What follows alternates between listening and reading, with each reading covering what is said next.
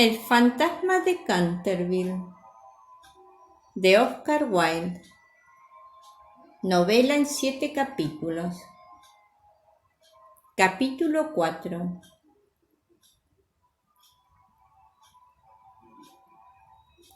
Al día siguiente el fantasma se sintió muy débil y cansado. Las terribles emociones de las 4 últimas semanas empezaban a producir su efecto. Tenía el sistema nervioso completamente alterado y temblaba al más ligero ruido. No salió de su habitación en 5 días y concluyó por hacer una concesión en lo relativo a la mancha de sangre del salón de la biblioteca. Puesto que la familia Otis no quería verla, era indudablemente que no la merecía. Aquella gente estaba colocada a ojos vistas en un plano inferior de vida material y era incapaz de apreciar el valor simbólico de los fenómenos sensibles.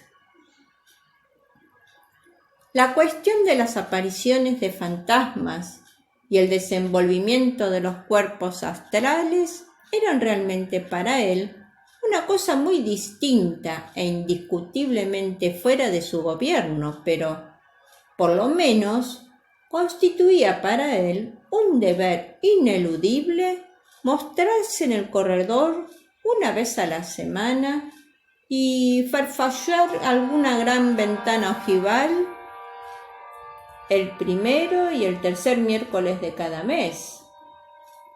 No veía ningún medio digno de sustraerse a aquella obligación. Verdad es que su vida estuvo llena de crímenes, pero, quitado eso, era hombre muy concienzudo de todo cuanto se relacionaba con lo sobrenatural. Así pues, los 3 sábados siguientes atravesó como de costumbre el corredor entre 12 de la noche y 3 de la madrugada, tomando todas las precauciones posibles para no ser visto ni oído. Se quitaba las botas, pisaba lo más ligeramente que podía sobre las viejas maderas carcomidas, se envolvía en una gran capa de terciopelo negro y no dejaba de usar el engrasador sol naciente para engrasar sus cadenas. Me veo precisado a reconocer que solo después de muchas vacilaciones se decidió a adoptar esta última forma para protegerse. Pero al fin, una noche mientras cenaba la familia, se deslizó en el dormitorio del señor Otis y se llevó el frasquito. Al principio se sintió un poco humillado, pero después fue suficientemente razonable para comprender que aquel invento merecía grandes elogios y que cooperaba en cierto modo a la realización de sus proyectos. A pesar de todo, no se vio a cubierto de molestias. No dejaban nunca de tenderle cuerdas de lado a lado del corredor para hacerle tropezar en la oscuridad, y una vez que se había disfrazado para el papel de Isaac el Negro o el cazador del bosque de Skurley, cayó de bruces al poner de pie sobre una plancha de madera enjabonadas que habían colocado los gemelos desde el umbral del salón de tapices hasta la parte alta de la escalera de roble. Esta última afrenta le dio tal rabia que decidió hacer un esfuerzo para imponer su dignidad y consolidar su posición social, y formó el proyecto de visitar a la noche siguiente a los insolentes chicos de Eton en su célebre papel de Ruperto el Temerario o el Conde sin Cabeza. No se había mostrado con aquel disfraz desde hacía 70 años, es decir, desde que causó con él tal pavor a la bella Lady Barbara Modish que ésta retiró su consentimiento al abuelo del actual Lord Canterville y se fugó a Gretna Green con el arrogante Jack Castleton, jurando que por nada del mundo consentiría en apantar con una familia que toleraba los paseos de un fantasma tan horrible por la terraza al atardecer. El pobre Jack fue al poco tiempo muerto en duelo con arma de fuego por Lord Canterville en terrenos de Wandsworth, y Lady Barbara murió de pena en Tunbridge Wells antes de terminar el año. Así es que fue un gran éxito en todo sentido. Sin embargo, fue permitiéndome emplear un término teatral para aplicarle a uno de los mayores misterios del mundo sobrenatural, o en lenguaje más científico, del mundo superior a la naturaleza, una creación de las más difíciles, y necesitó sus 3 buenas horas para terminar los preparativos. Por fin todo estuvo listo y él, contentísimo de su disfraz, las grandes botas de montar que hacían juego con el traje, eran, eso sí, un poco holgadas para él, y no pudo encontrar más que una de las 2 pistolas de arzón, pero en general quedó satisfechísimo y a la 1:15 pasó a través del estuco y bajó al corredor.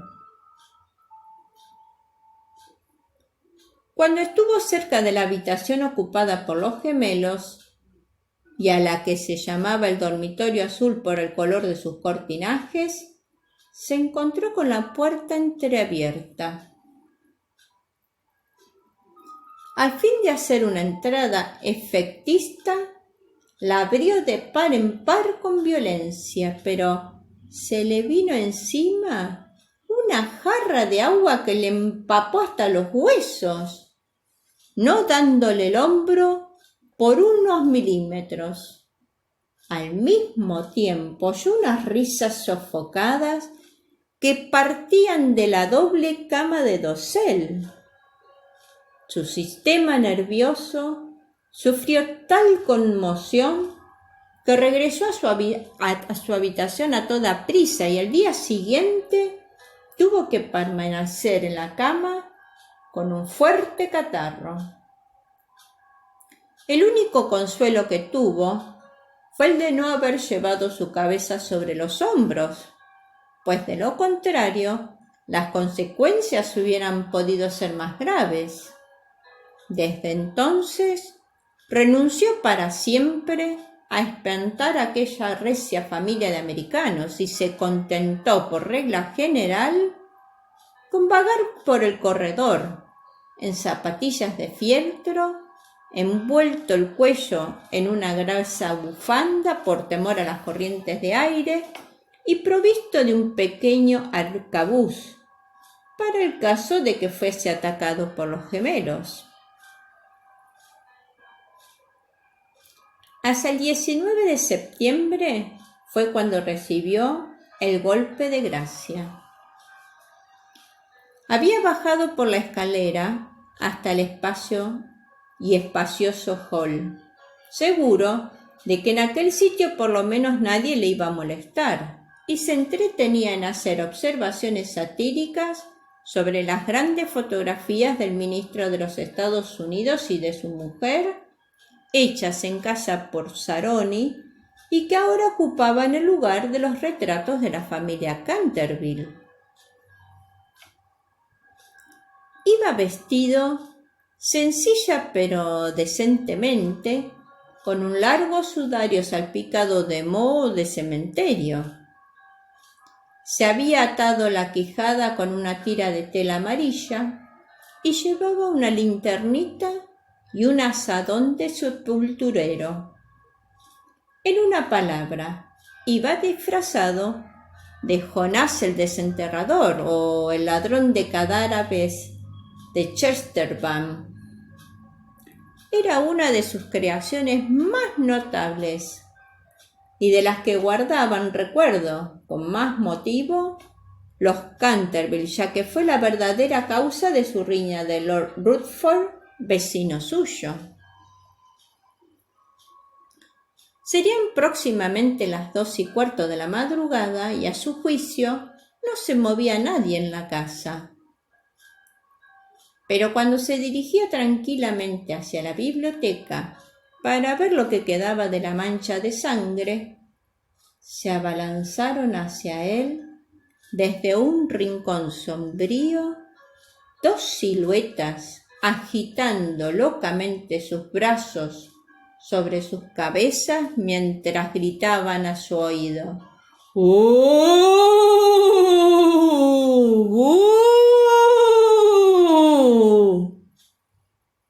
Lleno de pánico, cosa muy natural en aquellas circunstancias, se precipitó hacia la escalera. Pero entonces se encontró frente a Washington Otis, que le esperaba armado con la gran regadera del jardín. De tal modo que, cercado por sus enemigos, casi acorralado, tuvo que evaporarse en la gran estufa de hierro colado, que felizmente para él no estaba encendida, y abrirse paso hasta sus habitaciones por entre los caños de las chimeneas, llegando a su refugio en el lamentable estado en que lo pusieron la agitación, el hollín y la desesperación. Desde aquella noche no volvió a vérsele nunca en expediciones nocturnas. Los gemelos se quedaron muchas veces al acecho para sorprenderle, sembrando de cáscaras de nueces los corredores todas las noches, con gran enojo de sus padres y de los criados, pero fue inútil. Su amor propio estaba profundamente herido, sin duda, y no quería mostrarse. En vista de ello, Mr. Otis reanudó de nuevo el trabajo su gran obra sobre la historia del Partido Demócrata, obra que había empezado 3 años antes. La señora Otis organizó un clam bake extraordinario que dejó muy impresionados a todos en la comarca. Los niños se dedicaron a jugar a la barra, al écarté, al póker y a otros juegos típicos de América. Virginia dio paseos a caballo por caminos y veredas en compañía del duque de Cheshire, que se hallaba en Canterville pasando su última semana de vacaciones. Todo el mundo se figuraba que el fantasma había desaparecido y, en consecuencia, Mr. Otis escribió una carta a Lord Canterville para comunicárselo y recibió en contestación otra carta en la que éste le testimoniaba el placer que le producía la noticia y enviaba sus más sinceras felicitaciones a la digna esposa del ministro. Pero los Otis se equivocaban. El fantasma seguía en la casa y, aunque se hallaba muy delicado, no estaba dispuesto a retirarse, sobre todo después de saber que figuraba entre los invitados el duque de Cheshire, cuyo tío, Lord Francis Tilton, apostó una vez 100 guineas con el coronel Carbury a que se jugaría a los dados con el fantasma de Canterville. A la mañana siguiente se encontraron a Lord Stilton tendido sobre el suelo del salón de juego en un estado de parálisis tal que, a pesar de la edad avanzada que alcanzó, no pudo ya nunca pronunciar más palabra que estas. 6 dobles. Esta historia era muy conocida en su tiempo, aunque, en atención a los sentimientos de las dos nobles familias, se hiciera todo lo posible por ocultarla, y existe un relato detallado de todo lo referente a ella en el tomo 3 de las Memorias de Lord Teitel sobre el príncipe regente y sus amigos. Desde entonces el fantasma deseaba vehementemente probar que no había perdido su influencia sobre los Skelton, con lo que además estaba emparentado, pues una prima hermana suya se casó en segundas nupcias con el señor Berkeley, del que descienden en línea directa, como todo el mundo sabe, los duques de Cheshire. Por consiguiente, hizo sus preparativos para mostrarse al joven enamorado de Virginia en su famoso papel de fraile vampiro o el benedictino sin sangre. Era un espectáculo tan espantoso que cuando la vieja Lady Startup se lo vio representar, es decir, la víspera del Año Nuevo de 1764, empezó a lanzar chillidos agudos que le provocaron un fuerte ataque de apoplejía y su fallecimiento al cabo de 3 días, no sin que desheredara antes a los Canterville, que eran sus parientes más cercanos, y legase todo su dinero a su farmacéutico de Londres. Pero a última hora, el terror que le inspiraban los gemelos le retuvo en su habitación, y el joven duque durmió tranquilo en el gran lecho con dosel coronado de plumas del dormitorio real, soñando con Virginia. Colorín colorado, este capítulo ha terminado. Fifi la Cuentacuentos agradece tu escucha.